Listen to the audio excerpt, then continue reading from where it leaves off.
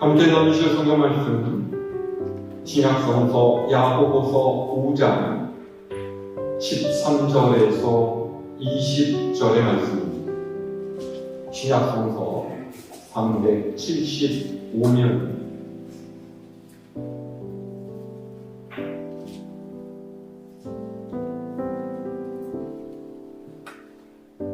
야고보서 5장 13절에서 20절까지 제가 아주 여러분의 한절을 한 절씩 교독하겠습니다. 너희 중에 고난당하는 자가 있느냐?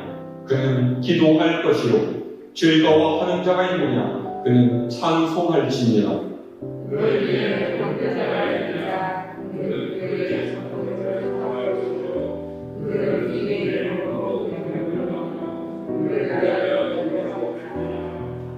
믿음의 기도는 병든 자를 구원하리니 주께서 그를 일으키시리라. 혹시 죄를 범하였을지라도 사하심을 받으리라. 그러므로 너희에게서 고백하리라. 너희에게 대하여 서서하라. 우리의 하나님은 그 사랑이 엘리야는 우리와 성정이 같은 사람이로되 그가 비가 오지 않기를 간절히 기도한지 3년 6개월 동안 땅에 비가 오지 아니하고 다시 자라니 내 형제들아 너희 중에 미혹되어 진리를 떠난 자를 누가 돌아서게 하며 너희가 무슨 죄를 지으면서 거룩하게 하라. 우리의 영혼을 상하게서 허다한 죄를 덮을 것이니라. 아멘. 할렐루야.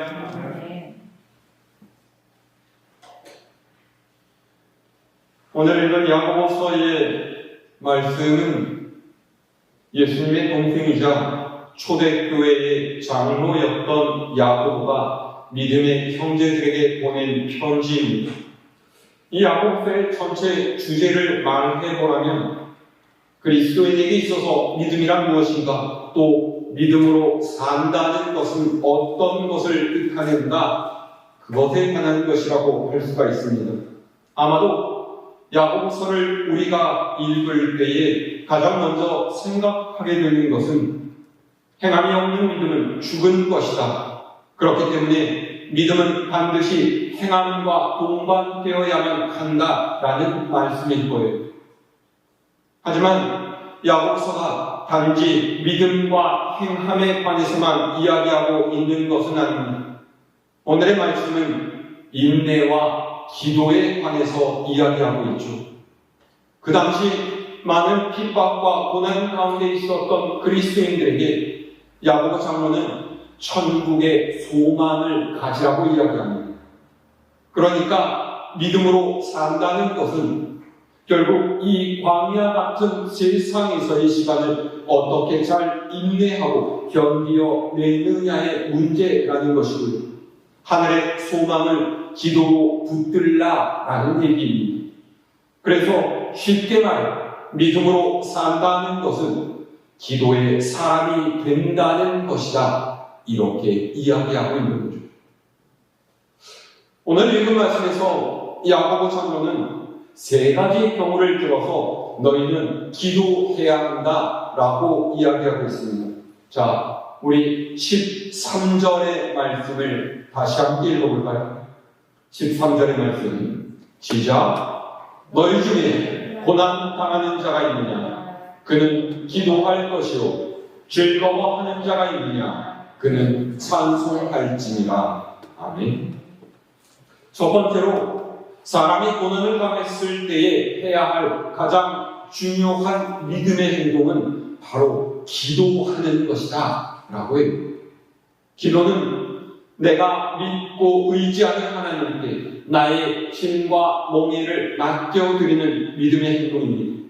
그래서 인생의 즐거움, 인생의 어려움에 직면했을 때에 믿음의 사람은 그 다른 것을 하기보다 먼저 믿음의 골방으로 들어가는 것입니다. 유대의 13대 왕이었던 히스기야를 여러분 아시지 않습니까? 요한서 기자는 히스기야를 하나님께서 함께 하셨던 사람이라고 기록하고 있습니다. 그는 하나님과 연합했던 사람이었고요. 하나님께서 모세에게 명령하셨던 계명을 누구보다도 순전히 지키는 사람이었습니다. 그런데 그런 그에게 어느 날 갑자기 질병이 찾아왔습니다. 그것도 그냥 질병이 아니라 죽음에 이르게 하는 병입니다. 선지자 이사야가 히스기야 왕에게 와서 여호와의 말씀이 너는 네 집을 정리하라. 네가 죽고 살지 못할 것이다. 이렇게 전했습니다. 그가 무슨 특별한 죄를 저질렀기 때문이 아닙니다. 하나님께서 그에게 진노하셨다든지 그가 어떤 치명적인 잘못을 범했기 때문에 하나님의 징계를 받았던 것이 아니고 그의 나이 고작 39살 때였습니다. 죽기에는 너무나 아깝지 않습니까? 더구나 그 당시에 아수르라는 큰 나라가 호시탐탐 유대를 침략할 그런 기회를 엿보고 있었던데요. 납득할 수 없는 이유도 없이 갑작스럽게 히스기야에게 고난이 찾아오고 그때 히스기야가 어떻게 했습니까? 벽을 바라 하나님께 눈물로 기도했다라는 거죠. 보세요. 히스기야는 왕입니다. 나라에서 지내가는 의류진을 불러서 자신을 진찰하게 하고 가난한 최고의 의수를 동원해서 자신의 병을 치료하려는 시도를 해볼 수도 있었을 거예요. 그런데 문제는 이 병이 얼마나 심각한지 혹은 얼마나 그 증세가 진행되었는지 하는 것이 아닙니다. 하나님께서 이미 히스기야의 생명에 대해서 너는 죽게 될 것이다 이렇게 진단을 내리셨다라는 거예요. 하나님께서 이미 판단을 끝내셨는데 아무리 대단한 의료진이 와서 치료해 본다고 해도 무슨 소용이 있겠습니까? 그래서 히스기야는 가장 먼저 하나님 앞에 무릎을 꿇습니다. 지금을 전하여 간절하게 그야말로 생명을 다해서 기도해요. 그러자 그의 기도를 들으신 하나님께서 그를 고쳐주십니다. 게다가 침략의 위기에 놓여있는 유대를 위해서 하나님께서는 친히 징표를 보여주시고 히스기야와 그 백성을 격려해 주십니다. 여러분의 삶에 갑작스럽게 찾아온 고난이 있습니다. 이유도 모르고 납득할 수도 없고 어찌할 바를 모르는 인생의 문제 앞에 서 있을 때가 있습니다. 그러면 그때가 바로 기도해야 될 때입니다. 세상에 다른 어떤 방법을 강구하는 것이 아니라 내 삶, 내 생명이 하나님께 있음을 고백하면서 하나님의 자비하심과 긍휼하심을 구해야 할 때입니다. 기도는 고난 중에 있는 성도가 믿음 안에 있다라는 증명으로 하나님의 긍휼과 자비를 이끌어내는 최고의 방법이라는 것 여러분 잊지 마시길 바랍니다. 자, 두 번째 기도 어떤 경우일까요? 그 아래 14절에서 15절 말씀 함께 읽을까요? 14절로 15절입니다. 시작. 너희 중에 병든 자가 있느냐? 그는 교회의 장로들을 청할 것이요 그들은 주의 이름으로 기름을 바르며 그를 위하여 기도할지니라. 믿음의 기도는 병든 자를 구원하리니 주께서 그를 일으키시리라. 혹시 죄를 범하였을지라도 사하심을 받으리라. 아멘. 뭐라고 했습니까? 너희 중에 병든 자가 있느냐? 그러면 교회의 장로들을 청해서 주의 이름으로 기름을 바르고 그를 위해서 기도해라 했어요.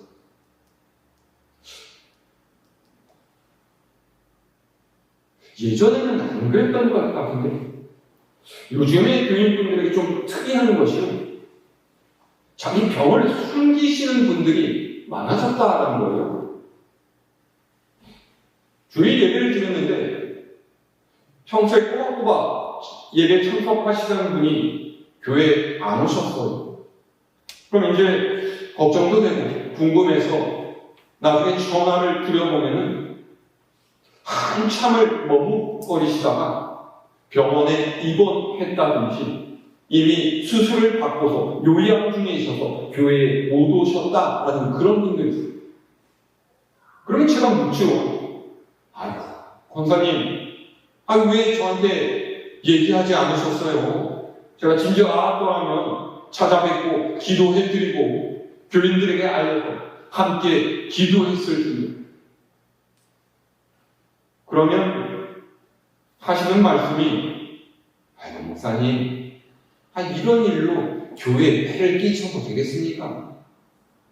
안 그래도 바쁘신 목사님한테 걱정 끼치고 싶지 않았겠어요?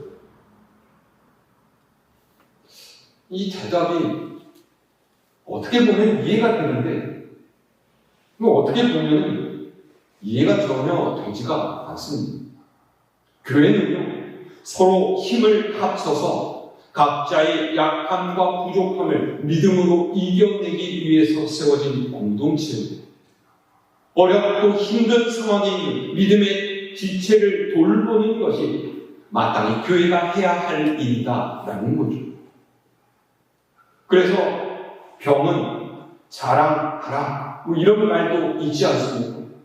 내가 병 걸렸다라는 것을 떠벌리라는 얘기가 아니라 솔직하게 믿음의 지체들에게 이야기하고 기도로서 자신을 도와 달라고 요청해야 된다는 거예요.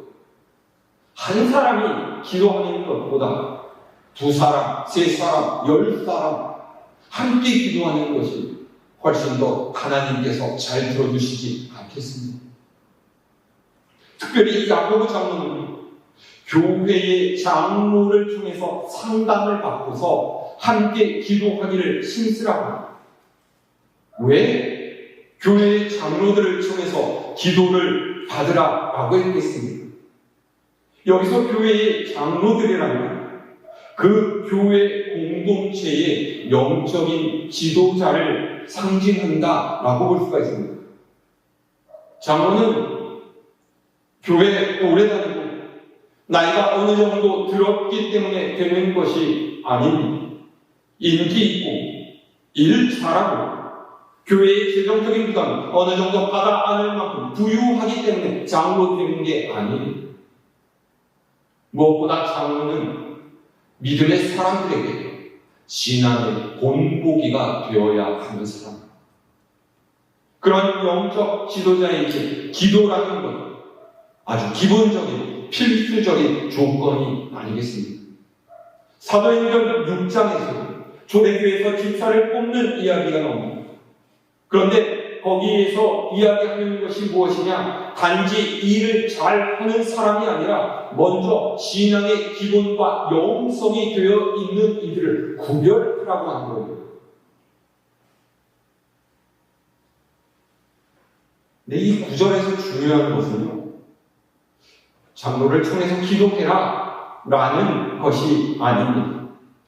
성도가 택하는 믿음의 삶이라는 것은 그가 병에 걸렸든지 혹은 인생에 어려운 문제가 생겼든지 그 어떤 때라도 하나님께 기도하면서 나아가야 된다는 것이죠. 베끼치기 싫다고, 교회에 알려주는 것이 불편하다고 자기 혼자 해결하려는 것이 아니라 믿음의 공동체 안에서 기도로 문제를 풀어가야 한다. 이것이 믿는 이의 삶이다라는 거예요. 그럴 때 하나님께서 그들의 기도를 들으시고 역사하신다라는 거죠. 꼭 그 어려움과 질병이 그가 죄를 범해서 하나님께로부터 받는 징계라고 할지라도 함께 마음을 합해서 기도하면은 용서를 받게 될 것이다 라고 해요. 이게 얼마나 든든한 약속이고 말씀입니다. 그러니까 여러분들 병에 걸렸을 때, 어려운 일을 만났을 때 옆에 있는 믿음의 지체들에게 기도를 부탁하고 하나님의 역사하심을 바라보며 살아가는 여러분 될 수 있기를 바랍니다. 자, 마지막 세 번째로요. 야고보 장로는 서로 죄를 고백하면서 병 낫기를 위해 기도하라 라고 했어요. 자, 16절에서 18절의 말씀 함께 했습니다. 시작. 그러므로 너희 죄를 서로 고백하며 병이 낫기를 위하여 서로 기도하라. 의인의 간구는 역사하는 힘이 큼이니라. 엘리야는 우리와 성종이 같은 사람이로되 그가 비가 오지 않기를 간절히 기도한즉 3년 6개월 동안 땅에 비가 오지 아니하고 다시 기도하니 하늘이 비를 주고 땅이 열매를 맺었느니라. 아멘. 너희 죄를 서로 고백하면서 병이 낫기를 위해서 서로 기도해라 라고 했어요. 자, 이게 무슨 얘기냐? 오늘날도 역시 마찬가지겠지만요, 초대교회에는 교인들 사이에 비방하고 시기하는 일이 많았어요. 부유한 이들과 가난한 이들의 양극화 현상도 있었죠. 유대인 혹은 헬라인 이렇게 출신의 차이를 거론하면서 차별하는 모습도 있었습니다. 박해 때문에 흩어져 있는 현실 속에서도 서로를 믿고 의지하는 그런 상황 가운데 초대교회가 놓여 있었다라는 거죠. 그러니까 서로 병 낫기를 위해서 기도하거나 자신의 죄를 고백하는 일은 그야말로 상상도 할 수 없었다는 그런 거예요. 그런데 사실은 오늘날에도 그렇지 않습니까? 지금의 교회 안에 있는 우리 또한 나는 늘 의로운 삶을 사는 것처럼 아무런 문제가 없는 사람이면 그렇게 살아갑니다. 서로의 죄를 고백하기는커녕 조금이라도 내 속에 있는 것이 드러날까봐 두꺼운 가면을 쓰고 전전긍긍하지 않습니다. 이번 주간으로 거의 모든 가정의 신방을 제가 마칠 수 있을 것 같습니다. 여러 가정을 돌아보면서 많은 기도의 제목이 있는 것을 들었고 또 그 가정이 가지고 있는 아픔들, 고민들, 문제들 그런 것들을 듣고 이야기했어요. 근데 개중에는 자신이 가진 문제를 목사한테도 이야기하려고 하지 않는 가정이 있어요. 목사님, 다 좋습니다. 잘 됩니다. 건강합니다. 행복합니다. 근데 제가 그 가정의 상황을 이미 다 알아요. 어떤 문제가 있고, 어떤 기도의 제목이 있고, 어떤 것들 때문에 아파하는지. 그런데 그 중에는 그런 자신의 문제를 목사한테도 내보이지 않으려고 자기의 것들을 자랑하시는 분들이 있다라는 거예요. 모르겠습니다. 목사가 별로 믿었지 않아서 그럴 수도 있고, 그 상처가 너무나도 깊기 때문에 이야기하는 것이 쉽지 않을 수도 있습니다. 그런데 믿음의 공동체는요, 우리 사이에 그런 것들이 좀 없어야 해요. 함께 믿음을 쌓아가는 사람들, 내가 기도를 부탁해야 되는 사람들인데 내 아픔을 드러내지 않고 내 마음을 보여주지 않고 어떻게 무작정 기도하라고 할 수가 있겠어요? 제가 신방을 다닐 때 그래서 정말로 눈물을 지으면서 기도해 달라고 하는 가정 가면은요, 정말로 가슴 절절하게 기도하게 돼요. 정말로 하나님께 간절하게 부르시게 돼요. 왜냐하면 그분의 심정, 그분의 마음을 제가 너무나 100분 이해하기 때문이죠. 믿음으로 산다는 것은 혼자 살아가는 것이 아닙니다. 하나님께서 교회를 이 땅에 세우신 것은 하나님의 뜻을 좁게 부족한 우리 각자가 서로 어울려 살아가면서 힘을 합하여서 하나님께 좀 더 가까이 나아오기를 바라시기 때문입니다. 서로 아픔을 나누고 위로하고 죄를 고백하면서 그것을 이기기 위해서 함께 노력하는 것, 그것이 믿음으로 이 광야 같은 세상을 사는 비결이라는 것. 오늘 말씀 17절 이하를 보세요. 그 예로 엘리야를 들고 있습니다. 뭐라고 해요? 엘리야는 우리와 다를 바 없는 이였는데 그가 간절하게 기도하니 무려 3년 6개월 동안 비가 오지 않아 다시 기도하니까 비가 내리고 땅에 열매가 맺게 되었다라고 해요. 이 말씀의 무게 중심은요, 엘리야가 의인이었기 때문에 하나님께서 그의 기도를 들어주셨다라고 하는 것이 아닙니다. 기도하면은 엘리야처럼 하나님의 능력이 나타난다 하는 데 있지 않아요. 무엇입니까? 삶의 순간순간마다 기도하기를 힘써라 라는 거죠.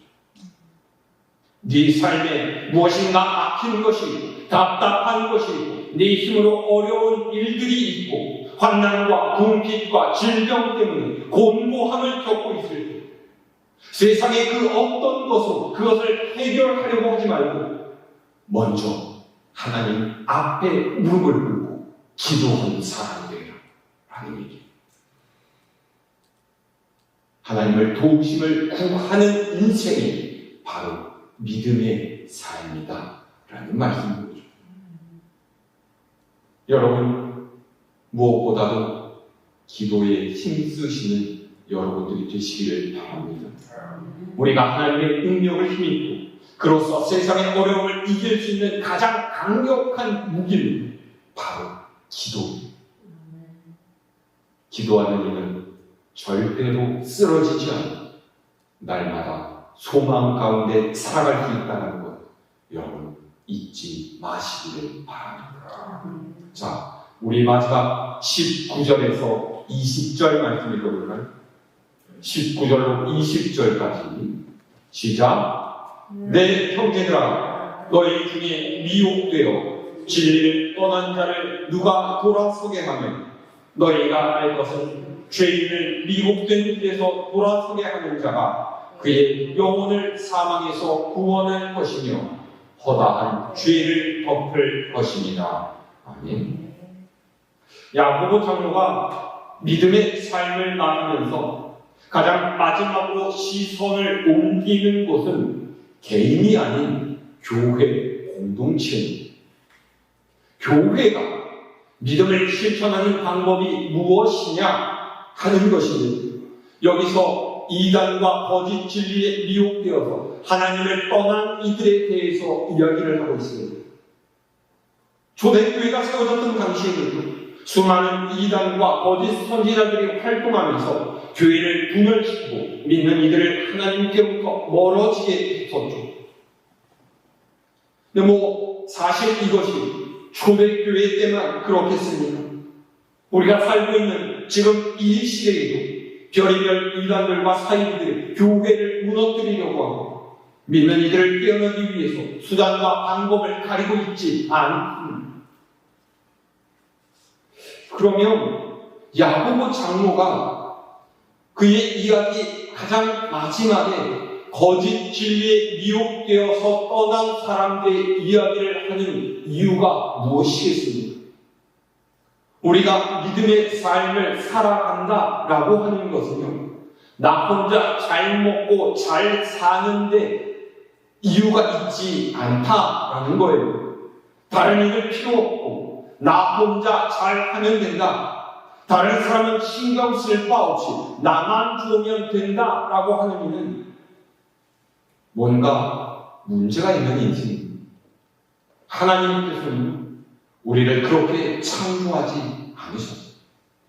사람은 하나님 앞에서 이웃과 더불어 살아가는 존재입니다. 그러니까 마땅히 교회 또한 각자의 지체 하나하나를 향한 관심과 사랑을 가지고 바른 삶을 살 수 있도록 기도하고 도와주는 것이 믿는 사람의 할인이다라는 거죠. 그래서 야고보 사도는 오늘 말씀 마지막에서 교회는 믿음의 공동체다라는 사실을 분명하게 하고 있습니다. 고난을 이기기 위해서 함께 기도하고 진리를 떠난 이를 바로 잡아주는 예수 그리스도의 사랑이 있는 곳이 교회여야 합니다. 결국 믿음으로 산다는 것은 하나님을 향한 바른 믿음과 이웃을 향한 사랑의 마음, 그것을 우리의 삶에서 실천해 가는 것을 보입니다. 오늘 우리의 삶이 어떻습니까? 믿음과 실천, 기도와 말씀, 이 두 가지가 치우침 없이 균형 있게 우리의 삶을 떠받들고 있습니다. 무엇보다 먼저 기도의 자리를 지키는 여러분들이 되실 수 있기를 바랍니다. 기도할 때 하나님의 뜻을 알게 되고 기도할 때 하나님의 역사가 나타나게 될 줄로 믿습니다. 기도하지 않으면 하나님의 역사가 나타나지 않아요. 내가 기도하지 않고 내가 요청하지 않고 내가 하나님을 붙들지 않으면 하나님께서 살펴보시다가 나에게 은혜를 꼭 내려주시겠어요? 아닙니다. 오늘도 기도의 자리에서 믿음의 삶을 시작하며 삶의 자리에서 그것을 실천하며 하나님의 거룩하신 뜻을 세상에 선포하는 여러분들이 되실 수 있기를 바랍니다. 간절하게 기도하는 가운데 하나님의 귀한 뜻을 우리의 삶 속에 받아들이며 하나님의 영광을 세상에 드러내는 저와 여러분 모두가 될 수 있기를 주님의 이름으로 축원합니다. 인내하신 곳에 주여 내가 비오니 죄인오라 하실 때에 날 부르소서. 주여 주여 내가 비오니 죄인오라 하실 때에 날